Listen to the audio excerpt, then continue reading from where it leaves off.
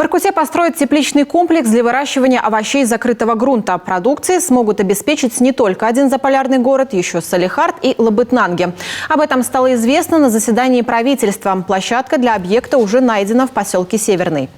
Для строительства тепличного комплекса уже определен участок площадью 11 гектар и подтверждена возможность подключения к сетям инженерной инфраструктуры. Самое главное – это газоснабжение. Планируется к выращиванию томаты, огурцы, сладкий перец, баклажаны и так далее. Количество предполагаемых рабочих мест – 125.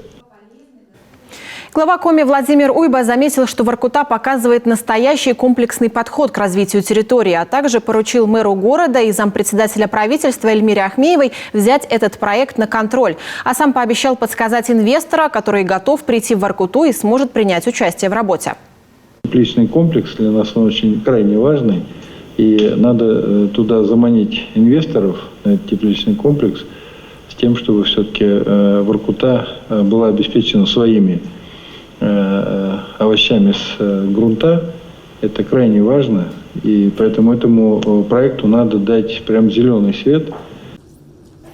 Теплица – это только один из социально значимых объектов, планирующихся к строительству в Воркуте. В городе также ждут объект по переработке земельных отвалов и клинико-диагностический центр арктического медкластера.